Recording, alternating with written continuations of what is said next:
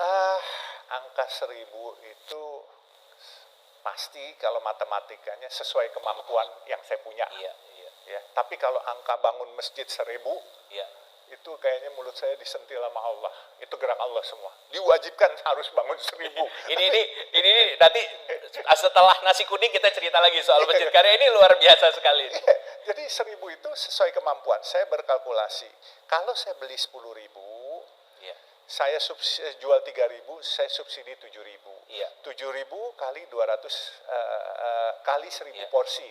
7 juta Iya. kali 250 hari sama dengan 1.750.000.000. Iya. Nah, saya melihat kemampuan saya, oh iya dalam 1 tahun saya masih Bisa, mampu kok, oke. untuk 2 miliar aja masih mampu Baik. saya berbagi gitu Baik. untuk ini.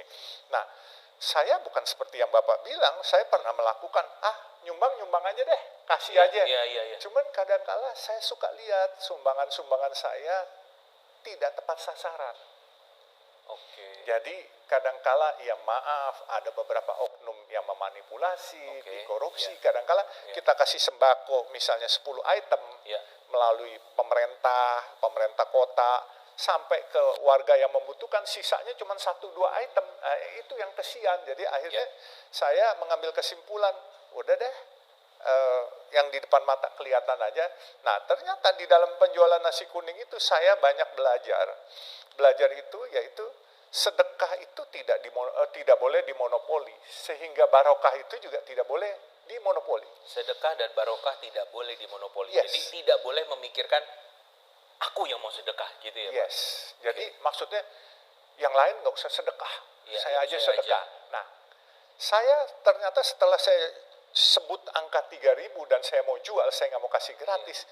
Di situ saya mendapatkan satu pengalaman.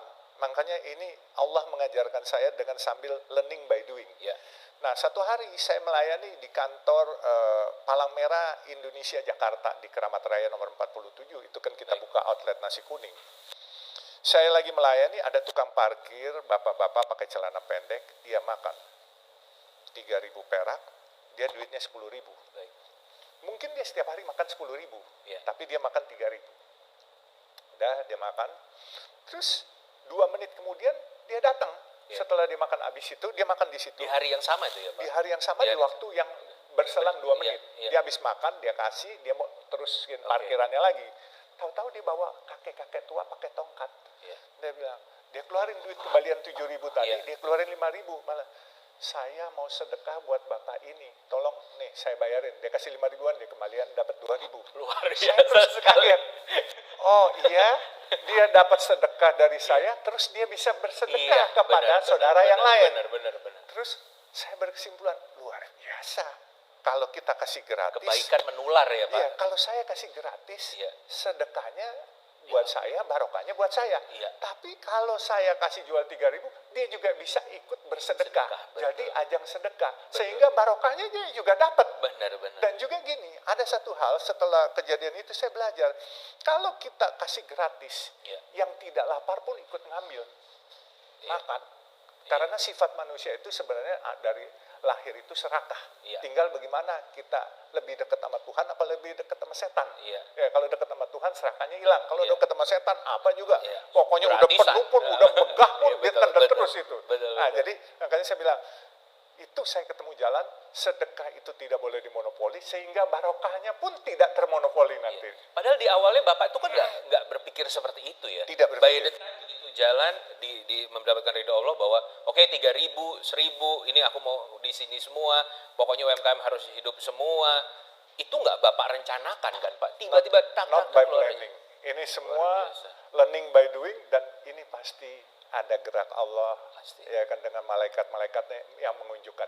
Jadi kalau ditanya kecerdasan apa yang membuat begitu, proposal kagak ada. Ini semua kecerdasan ilahi. Saya percaya itu. Insya Allah, alhamdulillah, luar biasa sekali. Jadi itu dia, kita juga belajar soal kepedulian dari beliau. Nah, tadi beliau sempat bicara nih soal 1.000 masjid yang sudah ada dalam mimpi beliau. Itu gimana sih Pak? Kalau 1.000 nasi kuning, oke lah. Ini 1.000 masjid dan sekarang sudah 5 ya Pak. Sudah 5. Insya Allah masih ada Aduh, pusing hitungnya. Saya juga pusing. Saya nggak kebayang, tapi Bapak berani berucap dan seperti yang tadi Bapak ucapkan, my word is my bond, gitu. Itu gimana planningnya Pak, memenuhi 1000 masjid?